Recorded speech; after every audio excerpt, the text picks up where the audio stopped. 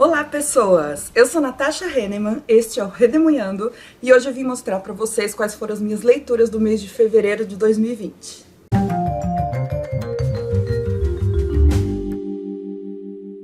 Em fevereiro eu tive uma folga grande por conta do carnaval e aproveitei e fiz uma maratona literária para dar um gás nas minhas leituras. Vocês devem ter visto. Teve bastante gente que acompanhou pelo Instagram, @redemunhando, e teve gente que acompanhou aqui pelo YouTube também, porque eu gravei um vlog de leitura. Se você ainda não viu, eu vou deixar o link aí no box de descrição e também nos cards em cima. E antes de eu começar a mostrar minhas leituras, no mês de janeiro eu mostrei pra vocês que eu li um livro do Foucault chamado Vigiar e Punir, junto com o grupo Papo de Historiadores. E o meu vídeo sobre o Vigiar e Punir ainda não saiu, mas eu já gravei. Só que o vídeo do Cadu, do canal Historiar-se, já saiu. O vídeo chama-se Como Surgiram as Prisões e tá muito bacana. Então quem quiser dar uma olhadinha, o link pro vídeo do Cadu tá aí no box de descrição também. Eu sei que tem muito professor de história que me segue aqui. Esse canal Historiar-se é incrível. Recomendo que vocês se inscrevam. Tem um livro que eu esqueci de mostrar pra vocês, que eu terminei em janeiro ainda, que é uma releitura que eu fiz e estava na minha mochila que eu levo para a escola, por isso que eu esqueci de mostrar. Mas é o livro Elogio da Loucura, do Erasmo. Essa edição é da LPM Pocket. O Erasmo de Roterdã, filósofo do século XV, um pouco do XVI também. E esse texto eu já tinha lido na faculdade para a disciplina de História Moderna, mas já faz bem uns 10 anos, talvez. E eu lembro que eu tinha gostado muito do texto. Nessa releitura que eu fiz, eu gostei, mas não achei tão cativante assim. Eu confesso que eu tenho certa dificuldade para textos de idade moderna. Eu costumo preferir até os textos de idade antiga, porque os de moderna eu acho muito rebuscados de alguma maneira. Esse não é exatamente rebuscado, aliás, essa tradução da LPM Pocket está bem bacana. A tradução é do Paulo Neves.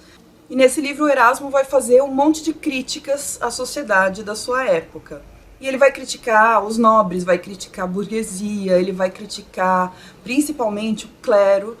Lembrando que ele está num momento crucial para a história da igreja, principalmente da igreja católica e das protestantes, que é o momento da reforma. Ele não é um reformista, ele é católico, mas ele inspira, por exemplo, Martinho Lutero a publicar suas 95 teses. Eles escrevem livros discutindo um com o outro, é muito interessante. Eu acho que a grande novidade desse livro, o grande trunfo dele, é que o Erasmo escreve usando a voz da loucura. A loucura como sendo uma deusa, como se fosse uma deusa grega, e a loucura está criticando tudo e todos. E é um mecanismo muito interessante, porque a loucura ela acaba sendo uma máscara. Ela está fazendo críticas muito reais, mas ao mesmo tempo o autor pode se esconder atrás dessa ideia de que não sou eu que estou fazendo a crítica, é a loucura. Ou seja, uma crítica louca, né? Uma crítica que talvez não faça sentido, mas quando você lê faz todo sentido. Então é um texto muito interessante, faz referência a vários deuses gregos. Então aqui a gente pode notar várias características do Renascimento, desse começo de Idade Moderna, inclusive a recuperação de alguns clássicos antigos, como no caso da mitologia grega. Mas confesso que na primeira leitura eu fiquei muito encantada.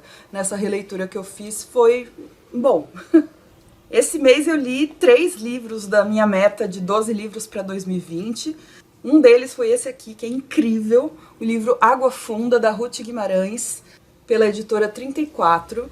A Ruth Guimarães é uma autora negra da minha região. Na verdade, ela nasceu em Cachoeira Paulista e eu sou de São José dos Campos. E nesse livro ela retoma essa vida caipira, que na verdade hoje em dia se perdeu bastante, né? Tá tudo muito urbanizado, mas ela conta a história de um vilarejo que tem como centro uma fazenda decadente. E essa história vai se desenvolver em alguns núcleos, 2 núcleos principais. O núcleo da família, que um dia foi a família dona dessa fazenda, e o outro núcleo de um casal que no começo não se acerta e depois as coisas vão acontecendo. Eu gostei muito, muito, muito, muito da narrativa, da linguagem da Ruth Guimarães aqui nesse livro. Os personagens são muito interessantes e eu acho que o ponto mais alto para mim foi esse cotidiano do mundo caipira no comecinho do século XX, O livro foi lançado em 1946, mas ele conta sobre um período anterior a isso, desde o fim da escravidão até os anos 1930. E voltando, o que eu mais gostei, além da linguagem, é que ela usa muito o que hoje a gente chama de superstição, né? Mas são as visões que os caipiras tinham, que faziam parte da rotina, mas que interferiam o tempo todo na vida das pessoas, né? Como se fossem feitiçarias, almas de outro mundo e coisas assim. Tudo isso começa a interferir na história o tempo todo. Então tem esse arzinho de mistério, de uma interferência externa sobre a qual a gente não tem controle. Eu gostei muito desse livro, fica a dica aí. Lembrando que todos os livros que eu mencionar aqui, se você quiser adquiri-los ou adquirir qualquer livro ou qualquer produto na Amazon, por favor, utilize o meu link que está aí no box de descrição, porque comprando por esse link você não paga nada mais por isso e eu recebo uma pequena comissão pela venda. Outro livro que faz parte dos 12 livros para 2020, que eu terminei de ler em fevereiro, embora eu estivesse lendo já há alguns meses, foi o Memorial do Convento, do José Saramago, pela Companhia das Letras. Eu tenho um projeto aqui no canal chamado Todo Saramago, tem uma playlist com os livros que eu já li dele, e esse projeto consiste em ler a obra do Saramago em ordem cronológica de publicação. E eu leio mais ou menos um por ano. Esse aqui era para ter sido de 2019, mas em 2019 eu não li nenhum livro dele. Então eu li agora o Memorial do Convento, gostei muito, não entrou para os meus favoritos dele, mas eu acho que tem pontos extremamente positivos nesse livro. Ele conta a história da construção do convento de Mafra, em Portugal. Esse convento é fruto de uma promessa que o rei Dom João V faz, e é muito interessante o movimento que o Saramago faz de contar a história do rei, mas principalmente de contar a história da população comum que vai construir esse convento. Na verdade, essa construção mesmo ela vai acontecer mais na segunda parte do livro.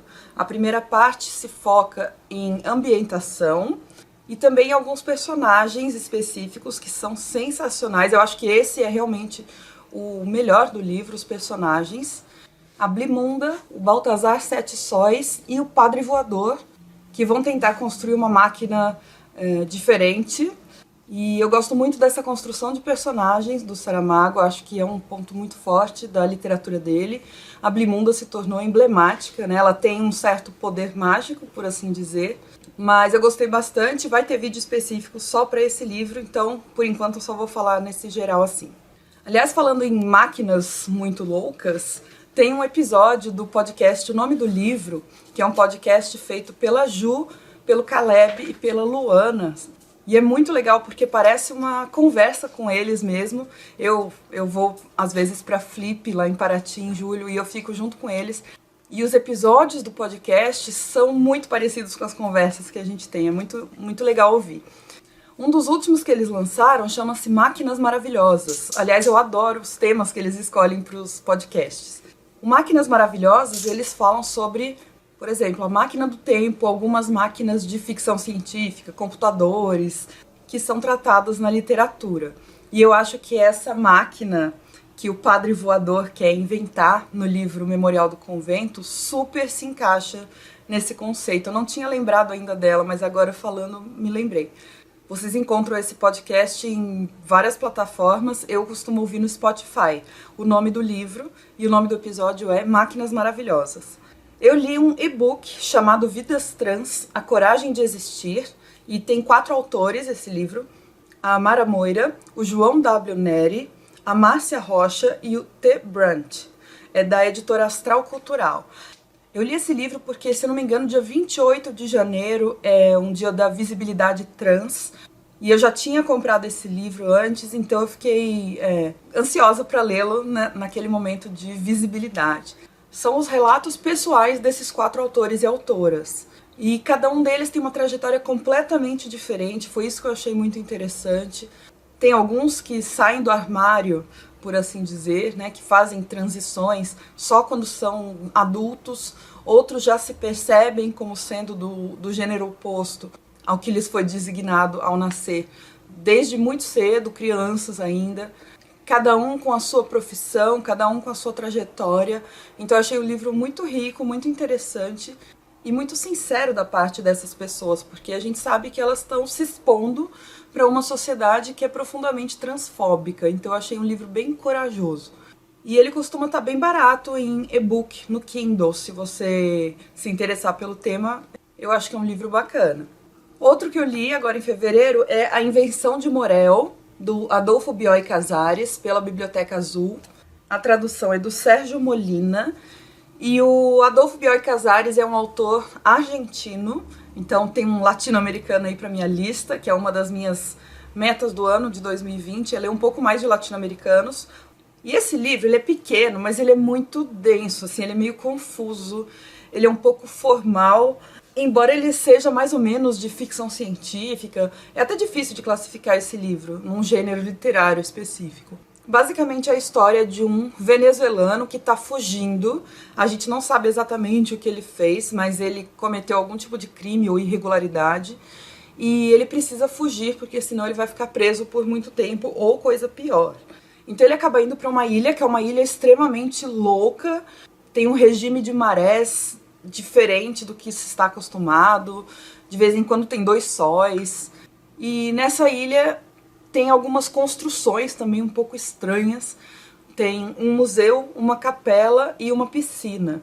O fato é que o narrador, que não é o Morel, é esse cara, esse venezuelano que está fugindo, ele está escrevendo um diário. Então esse livro é o diário dele contando como é que é a ilha e como é que é a vida dele. E num determinado momento ele vai contar pra gente que existem pessoas nessa ilha que parecem turistas, assim, pessoas que estão super se divertindo, dançando, só que ele só consegue ver de longe. Ele faz de tudo para ficar longe dos olhos dessas pessoas, porque afinal de contas ele está sendo procurado. Então ele não quer se expor para não ser preso. É isso. E nesse livro vai ter uma dessas máquinas maravilhosas que eles falam no episódio do nome do livro. E assim, eu acho que no final tudo fica mais claro nesse livro, mas até chegar no final a gente fica naquele clima de confusão. Pra quem curte literatura latino-americana, esse aqui é um livro muito louco, eu acho que vale a pena, mas não é um livro fácil e eu sei que não é um livro que todo mundo vai gostar. Eu gostei, eu acabei dando 4 estrelas de 5 no final. Tivemos em fevereiro aquele rolo lá no governo de Rondônia. Se eu não me engano, foi a Secretaria da Educação do estado de Rondônia que ordenou o recolhimento de alguns livros das escolas estaduais. E é uma lista de livros muito estranha, porque são super clássicos da literatura brasileira. Tinha inclusive Machado de Assis nessa lista, Brás Cubas, sabe? E na verdade, nessa lista, tinha o nome do livro que era para recolher. Mas no finalzinho tinha uma observação assim: recolher todos os livros do autor Rubem Alves. E aí a gente faz o quê? A gente lê Rubem Alves, foi isso que eu fiz. Fui lá tirar meu Rubem Alves da estante. Aliás, esse é o efeito da censura, né? Ou da tentativa de censura, porque no final das contas eles retiraram essa ordem de recolhimento dos livros. Mas pra mim a censura meio que tem o efeito contrário. Eu tinha esse livro há muito tempo na minha estante, tava lá meio que esquecido, pegando poeira, e eu peguei só de birra. Mas na verdade eu tô num momento importante da minha carreira de professora, que eu tô precisando mudar algumas coisas.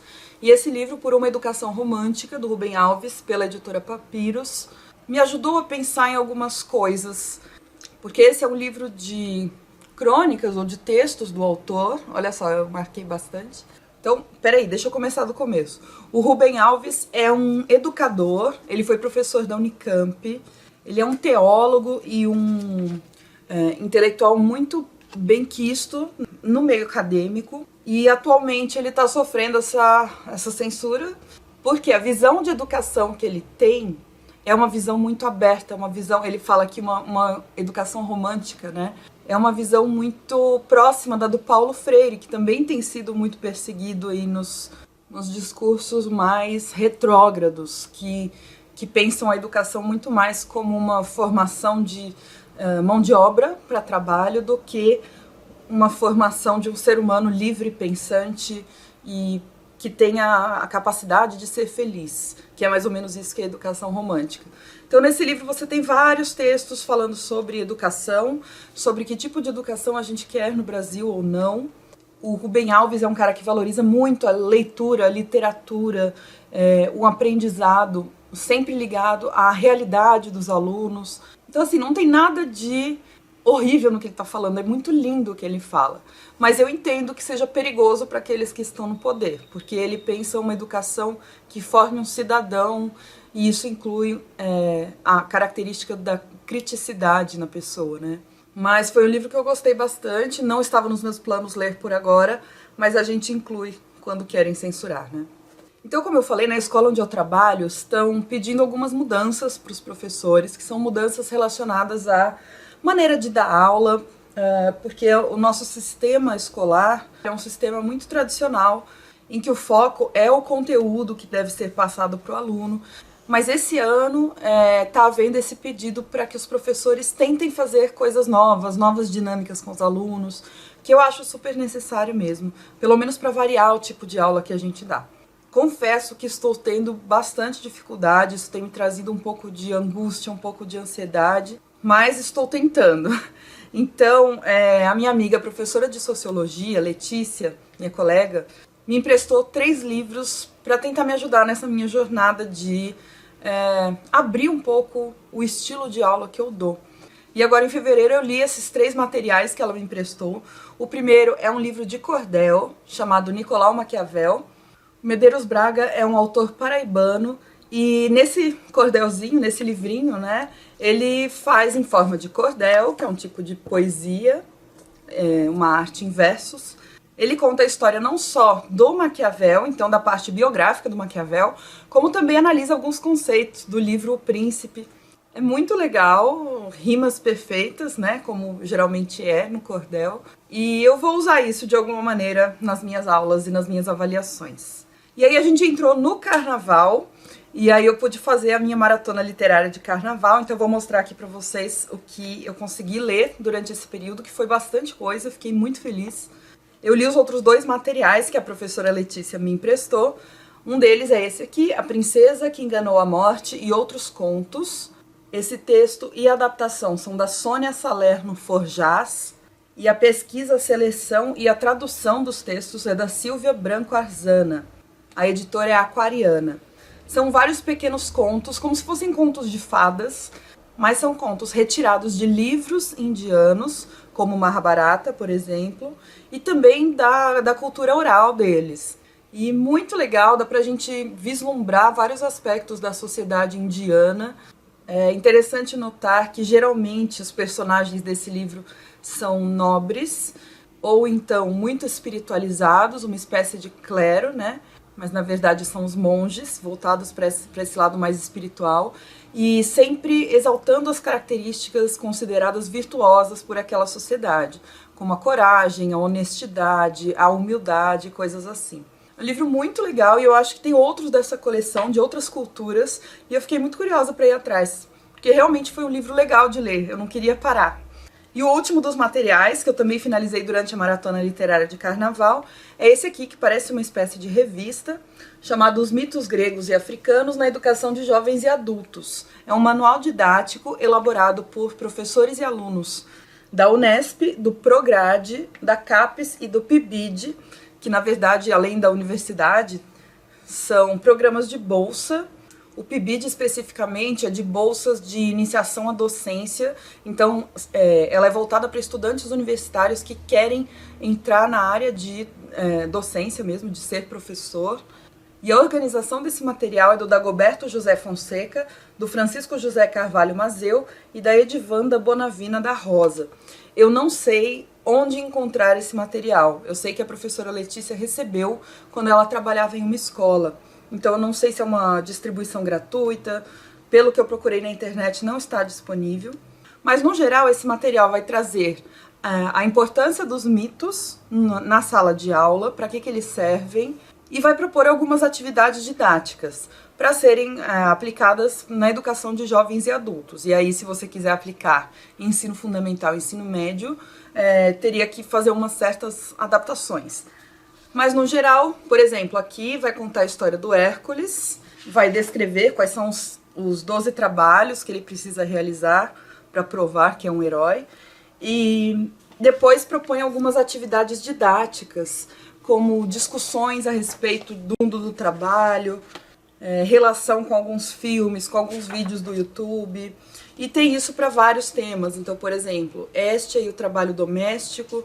Então vai falar bastante sobre a desvalorização que se faz do trabalho doméstico. Dioniso e o uso de substâncias psicoativas, que vai trazer a discussão sobre drogas. É bem interessante.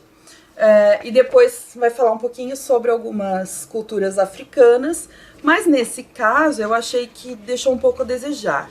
Não fala exatamente dos mitos desses povos africanos, fala mais sobre a utilização de máscaras e de rituais. Então cai num estudo um pouco mais antropológico do que filosófico. E na verdade eu, Natasha, estava procurando a parte filosófica, então nesse sentido não me ajudou tanto assim.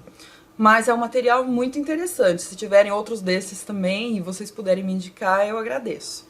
E o terceiro dos meus 12 livros para 2020, que eu terminei de ler em fevereiro e na Maratona Literária de Carnaval, foi O Crepúsculo dos Ídolos, do Friedrich Nietzsche, pela editora Companhia de Bolso. A tradução é do Paulo César de Souza. É um livro bem pequenininho e o professor Clóvis de Barros Filho, que é um professor de filosofia da USP, recomenda que quem for ler Nietzsche comece por esse livro. Eu, particularmente, achei esse livro bem confuso. O Nietzsche não faz questão nenhuma de ser didático, de expor as suas ideias de uma forma a serem muito compreensíveis.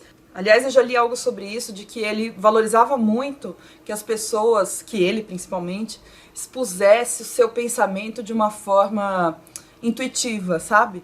Então, o pensamento que viesse, ele escrevia. Até por isso que ele é um cara que escreve muito por aforismos, que são pequenas frases, né? E nesse caso, nesse livro, a gente tem também vários parágrafos que acabam se interligando por um tema principal, mas que são parágrafos também podem ser independentes. Então, assim, eu acho uma leitura densa, porque tem muitos conceitos embutidos aqui, mas que ele não explica de uma forma muito fácil de entender. E assim, quem for ler Nietzsche, eu recomendo que primeiro dê uma estudada por fora em alguns conceitos dele. Os conceitos de Apolíneo, de Dionisíaco, estão em todos os livros. O conceito de ídolo, que está bastante presente nesse livro. O conceito não, mas ele fala o tempo todo sobre os ídolos aqui. Os ídolos para Nietzsche são as coisas ideais, e que para ele são coisas que não existem. Se é ideal, tá nas ideias, não tá na realidade. E ele é um cara que valoriza muito a realidade. Então nesse livro ele vai, por exemplo, criticar bastante a moral cristã. Por quê? Ele acha que a moral cristã é uma coisa completamente idealizada. O conceito de niilismo, de decadência, é importante saber disso, saber o que ele quer dizer com isso antes de ir ler as obras dele. Eu sei que é meio estranho eu recomendar isso, mas para mim facilitou muito. Se eu fosse ler Nietzsche sem saber desses conceitos, eu com certeza ficaria completamente perdida e detestaria os livros. Então eu recomendo que assistam alguns vídeos de professores de filosofia mesmo, explicando os conceitos de Nietzsche, e depois partam para a leitura. E li também o livro de fevereiro do Piquenique Literário de São José dos Campos, que vai acontecer amanhã, domingo. Eu tô gravando esse vídeo no sábado, então ainda não sei qual é que vai ser a discussão, mas é o livro Lolita, do Vladimir Nabokov, pela editora Alfaguara, e traduzido pelo Sérgio Flaxman. O pós-fácio é do Martin Amis, que eu gostei bastante do pós-fácio, inclusive. É um livro maior do que eu esperava. Eu ainda estou em dúvida se eu acho que o livro pode ser mais enxuto, poderia ser mais enxuto ou não. Mas durante a leitura eu fiquei com essa sensação de uma leitura arrastada, uma leitura meio lenta. Embora eu tenha gostado bastante da linguagem, que eu acho que não é uma linguagem que todo mundo gosta, é bastante descritiva, mas pra mim eu achei assim um vocabulário interessante, mais sofisticado e elegante. E esse livro eu tava esperando aquela coisa, ou ame ou odeie, porque geralmente são as opiniões que eu ouço. Ou as pessoas odeiam esse livro ou elas amam. E eu fiquei numa espécie de meio termo. De 5 estrelas eu dei 3,5, por enquanto. Sem a discussão lá com o pessoal do Piquenique Literário, eu dei 3,5 estrelas para esse livro. E esse livro ainda tem espaço dentro de mim. Tipo, tem espaço para eu digerir, sabe? Para eu gostar mais ou gostar menos dele, a depender do que, sei lá, do que eu pensar do que eu refletir sobre ele, do que eu conversar com outras pessoas. Então eu pretendo ainda assistir alguns vídeos sobre o Lolita. Olá, meu povo! Nath do Futuro falando aqui, porque o vídeo que eu gravei ontem de leituras do mês, eu comentei um pouquinho sobre o livro Lolita, mas eu acho que não foram comentários que condizem exatamente com a minha experiência. Então eu resolvi regravar, porque de ontem para hoje a minha visão do livro já mudou. Hoje eu acabei de voltar do piquenique literário, em que a gente debateu o livro, e ontem eu acabei assistindo ao filme de 1997 e alguns vídeos que tem aí pela internet, o vídeo da Mel Ferraz, da Bel Rodrigues, e que me ajudaram bastante a pensar sobre esse livro. E a leitura em si foi uma leitura assim um pouco cansativa, um pouco arrastada, exceto em um ou dois momentos do livro, que eu acho que são momentos bem interessantes, bem empolgantes para o leitor. E eu nem pretendia gravar um vídeo só para esse livro, mas eu acho que eu vou gravar sim, com essas ideias todas que eu estou agora após o piquenique literário. Acho que vale a pena registrar. Então esse livro, acho que muita gente já ouviu falar, mas mais gente conhece mais pelos filmes do que pelo livro. Quem conta a história pra gente é o Humbert Humbert. O Humbert Humbert tem seus 42 anos e ele vai contar a história dele com uma menina de 12 ou 13 anos de idade, a Lolita. E é uma história dizem que é de amor, mas pra mim é muito mais uma história de obsessão, de posse, de excitação da parte dele. O cara é um pedófilo, ele sabe disso, ele tem consciência disso. Aliás, o livro inteiro é como se fosse um diário, uma carta que ele está escrevendo para um júri para não ser condenado. Então ele tem plena consciência de que ele fez coisas muito erradas com a Lolita, e principalmente muito condenáveis pela sociedade no geral. E assim, logo que eu terminei de ler o livro, eu achei que o livro tinha algumas partes desnecessárias, que ele podia ser um pouquinho mais enxuto, porque ele é um livro grandinho, e que a escrita dele realmente era um pouco cansativa, maçante de alguma maneira, embora seja uma escrita muito sofisticada. E aí, assistindo a esses vídeos, assistindo ao filme e ouvindo a discussão lá do piquenique literário, esse livro está crescendo muito para mim. Quando eu terminei a leitura, eu dei 3,5 estrelas lá no Scooby. E agora, passados, sei lá, 5, 6 dias que eu finalizei a leitura, eu já mudei para 4,5 estrelas. Eu achei que o livro se enriqueceu para mim. Primeiro pela escrita, eu acho que a escrita dele é muito elegante, e que o Nabokov foi muito perspicaz, muito cuidadoso na hora de montar esse narrador protagonista, que é um narrador não confiável. A gente não pode confiar nas coisas que o Humbert Humbert está contando. A gente precisa lembrar que a imagem que ele passa da Lolita é uma imagem... é a idealização que ele faz dela, e que essa linguagem meio poética, muito sofisticada, mais melada, não passa de uma... tentativa de justificar os seus crimes, né? Uma tentativa de colocar o júri do lado dele. Ele está tentando convencer de que é inocente. E a arma que ele tem, ele é um professor universitário, o personagem, a arma que ele tem é justamente a palavra, é a linguagem.